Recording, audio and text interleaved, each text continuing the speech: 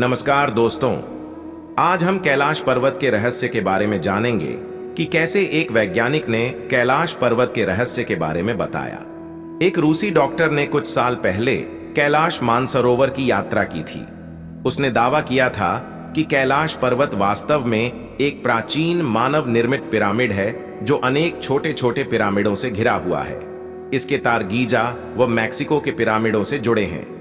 हिमालय पर्वतमाला के समुद्र की सतह से 6,718 मीटर ऊंचे कैलाश पर्वत को हिंदू, बौद्ध और जैन धर्म के अनुयायी पवित्र पर्वत मानते हैं। हिंदुओं का मानना है कि भगवान शिव का वास इसी पर्वत पर है। यहीं उन्होंने अपनी समाधि लगाई थी।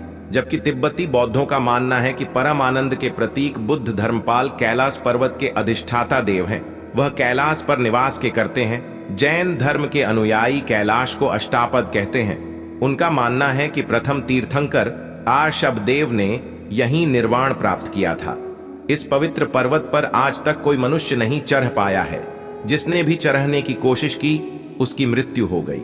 इस बारे में बहुत सी बातें प्रचलित हैं। चीन की सरकार ने कैलाश पर्वत की धार्मिक संवेदनशीलता को देखते हुए पर्वतारोहियों पर पाबंदी लगा रखी है। इस पर पर्वतारोहण पूरी तरह से बंद है। ये बातें भी सुनने को मिलती हैं कि कैसे 19वीं और 20वीं सदी के शुरू में कुछ पर्वतारोहियों ने इस पर चढ़ने की कोशिश की थी और गायब हो गए थे। ऐसा मानना है कि कैलाश पर चढ़ते ही बढ़ने लगती है उम्र। रूसी डॉक्टर एर्नस्ट मुल्दाशिफ ने अपने संस्मरणों में लिखा है कि उन्हें एक बार साइबेरियाई पर्वतारोही ने बताया था कि कुछ पर्वतारोही कैसे कैलाश पर्वत पर एक निश्चित बिंदु तक पहुंचे। उसके बाद वे अचानक बूढ़े दिखाई देने लगे। इसके एक साल बाद ही बुढ़ापे की वजह से उनकी मृत्यु हो गई।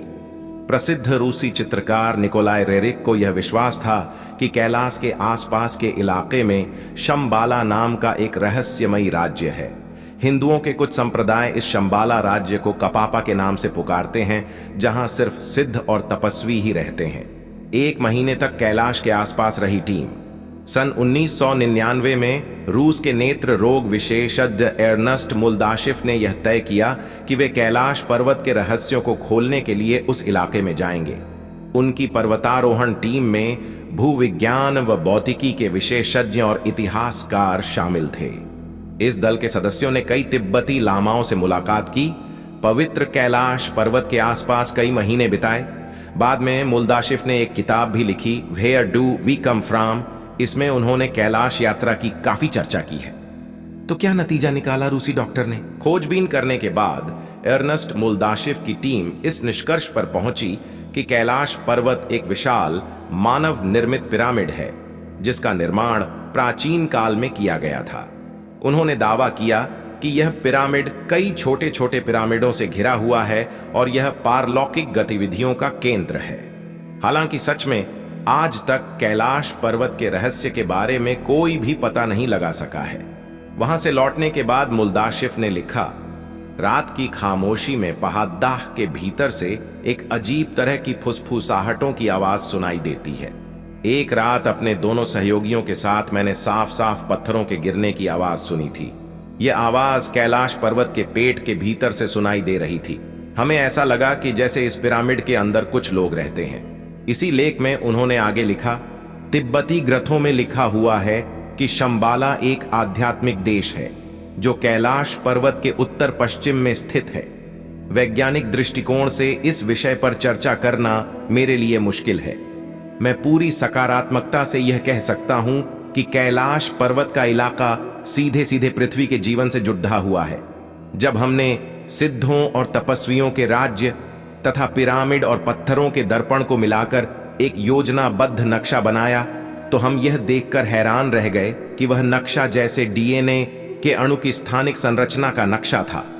चारों ओर होता है अलौकिक शक्ति का प्रवाह। कैलाश पर्वत और उसके आसपास के वातावरण पर अध्ययन कर रहे वैज्ञानिक जार निकोलाई रोमनोव और उनकी टीम ने तिब्बत के मंदिरों में धर्मम गुरुओं से मुलाकात की।